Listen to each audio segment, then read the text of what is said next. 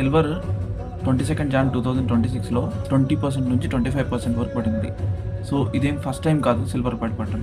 Already 1980లో $49 ఉండేది silver rate. అదే ఇయర్లో $10కి పడిపోయింది, అంటే 78% ఫాల్. మళ్ళీ 2011లో $49 సేమ్ ఉండేది, అది $26 పడిపోయింది, అంటే 48% ఫాల్. మళ్ళీ 2020 పాండమిక్ టైంలో $19 ఉండేది, మళ్ళీ అది $11కి వచ్చింది, అంటే 39% ఫాల్. సో 2026లో కూడా 22 జాన్ 2026లో మళ్ళీ 20% ఫాల్ అయింది. 1980లో సిల్వర్ ఎందుకు అంత పడిపోయిందంటే స్పెక్యులేషన్ వల్ల, గవర్నమెంట్ ఇంటర్వెన్షన్ వల్ల.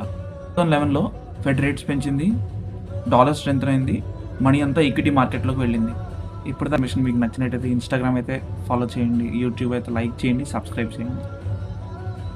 సిల్వర్ అనేది లాస్ట్ ఈ 2-3 మంత్స్లోనే మోర్ దెన్ 100% పెరిగింది. ఈ సిల్వర్ స్ట్రైట్ లైన్లో వర్టికల్గా ఎలాంటి డౌన్ లేకుండా ఎంతైతే పెరుగుతుందో అదే స్ట్రైట్ లైన్లో వర్టికల్గా పడే ఛాన్సెస్ కూడా చాలా అనేది మనం చూసాం.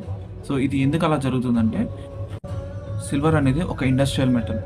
సో ఇండస్ట్రియల్ డిమాండ్ బట్టి సిల్వర్ రేట్ పెరగడం తగ్గడం జరుగుతుంది. కానీ ప్రజెంట్ పెరిగేది ఇండస్ట్రియల్ డిమాండ్ వల్ల కాదు, జియో పొలిటికల్ టెన్షన్స్ వల్ల.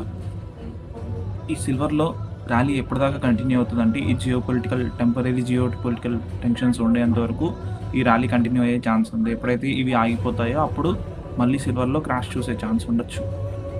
ఎప్పుడైతే బిగ్ మార్కెట్ ప్లేయర్స్ సిల్వర్ని సెల్ చేస్తారో అప్పుడు కూడా సెల్లింగ్ ప్రెషర్ క్రియేట్ అయ్యే ఛాన్స్ ఉంటుంది సిల్వర్.